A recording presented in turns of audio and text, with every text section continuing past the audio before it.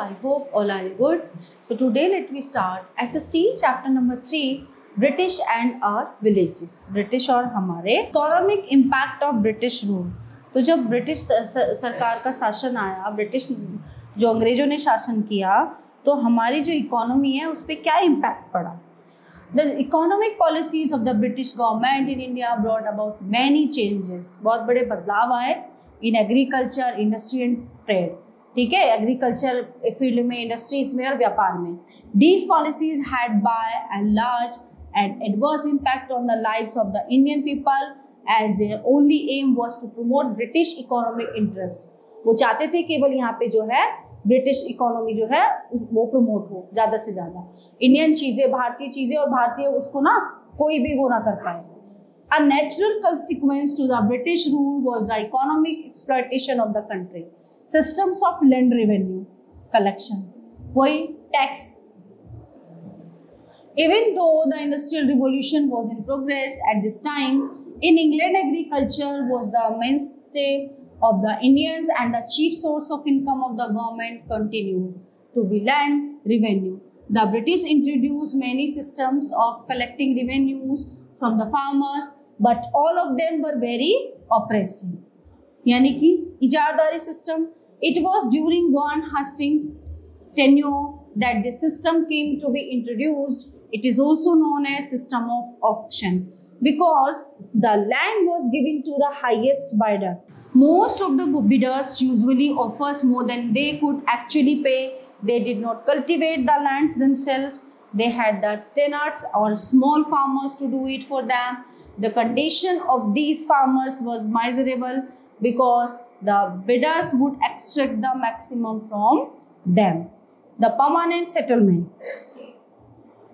Lord Cornwallis made some improvement over the confusing state of affairs prevailing under the auction system. Lord Cornwallis was himself a landlord in England. The system he introduced in 1793 gave property rights to zamindars who became permanent owners of the land.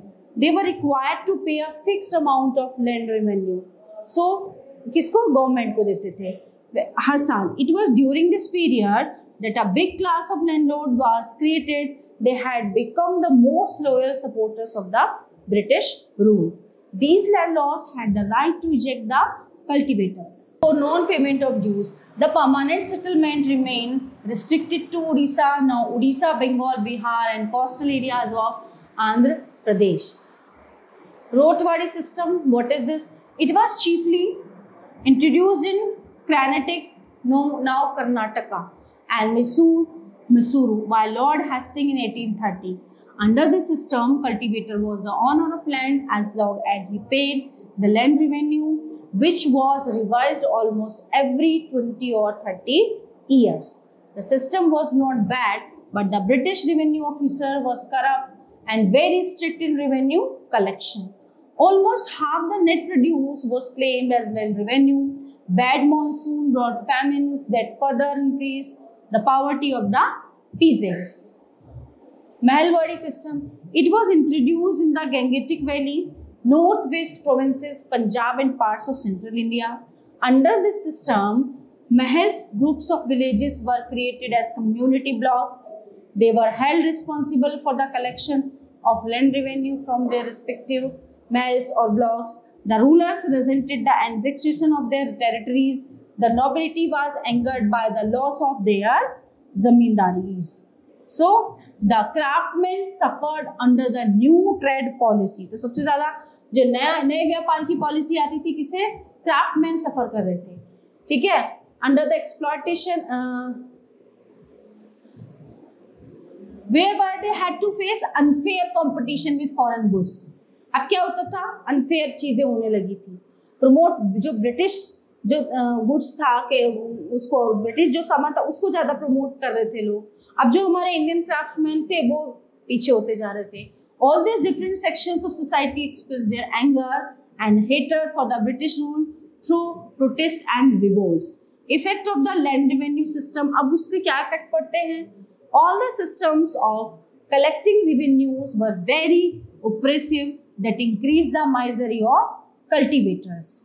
Permanent settlement created a class of landlords who ruined the peasantry. The zamindars took no interest in the development of land. Instead, they become merely absentee landlords living in Kolkata or at other big towns on the income derived from the farmers. So, peasants became increasingly indebted to money lenders and zamindars as a result of the oppressive land and revenue system. A shift from food crops to cash crops. Towards the end of the 18th century, the company started forcing farmers to grow cash crops that would become a raw material for the manufacturing industries in Britain. Among such crops were indigo for dyeing clothes, mulberry for rearing silkworms, poppy for opium, tea, coffee, sugar, cane, oilseeds, jute, and rubber. These crops were grown on large estates called plantations, and their owners were called planters. Tea plantations were established on a large scale in Assam, North Bengal, and Kerala. Factories for processing indigo, poppy, and jute were set up in Bengal and Bihar. Indigo जो है ना, कपड़ों को colour करने वाली जो die होती है ना, वो होती है इंडिगो। नील is a natural blue dye. नील आता है ना, बॉटल में आता है आजकल। Is extracted from the leaves of indigo plant, genus Indigofera. It was a popular dye since ancient time and was also exported to other countries. Okay, so since only a small amount of Indian indigo reached the European markets, its price was very high. So the European cloth manufacturers depended on another plant called woad to make violet and blue dye. It was grown in northern Italy, southern France, and in some parts of Germany and Britain. So, cloth dyes, however, preferred indigo as it produced a rich blue color. Whereas पहले आता था ना, पहले नील आता था सूखा, dry powder type आता था, उसको जो है शॉपकीपर उसमें देते थे, किसी पैकेट में उसमें, और अब तो वो उसमें लिक्विड में आने लगा है ना, बॉटल में फिल होके आने लगा. Okay, whereas the dye obtained from wood was pale and dull. By the 17th century, the British East India Company started exporting indigo to England textile industries. वहाँ पे उसको एक्सपोर्ट करना शुरू कर दिया इन्होंने. ठीक है, industrial revolution gave an impetus to the textile mills in England. So they needed more of indigo dye to color the clothes. They had started to produce in their textile mills. मतलब हर तरह से लूटना शुरू कर दिया उन्होंने. In the early 18th century, other European colonies in America and Caribbean also started growing indigo. However, its supplies from these colonies collapsed due to several reasons: the growth of textile industries and the rising demand of printed cloth in Britain increased the demand of indigo. Therefore, the company increased its production of indigo in India. The indigo trade in India grew rapidly. Attracted by higher profits, many company officials left their job to become planters and began to invest heavily in indigo production. Those who had no money took loans from the company and local banks for growing the crop. Method of indigo cultivation.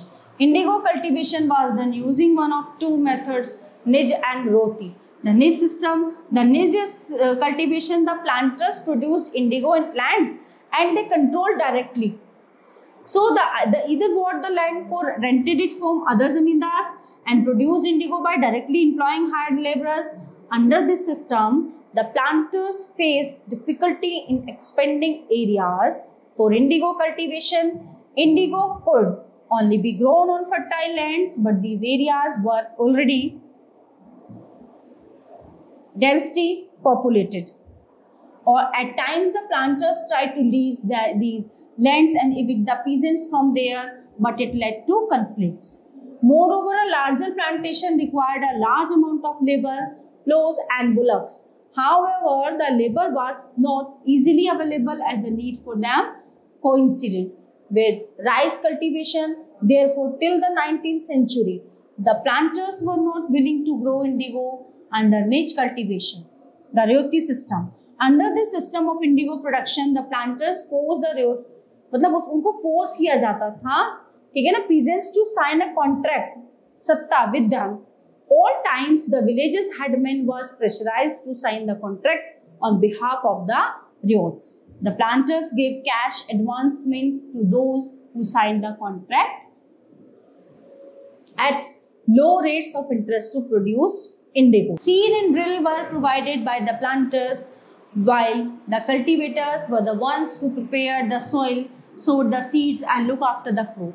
The planters also gave loans to ryots to cultivate lands and transport the harvest to the factories. Okay, so the peasants had to pay these lands by continually supplying indigo. Failing to do so would result in ritual beating, seizing of cattle, destruction of houses, etc. by the planters hired laziness, men armed with.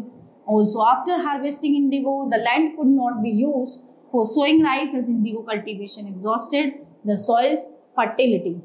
Both the system of indigo cultivation were oppressive and led to revolts in the mid-19th century. The Blue Rebellion.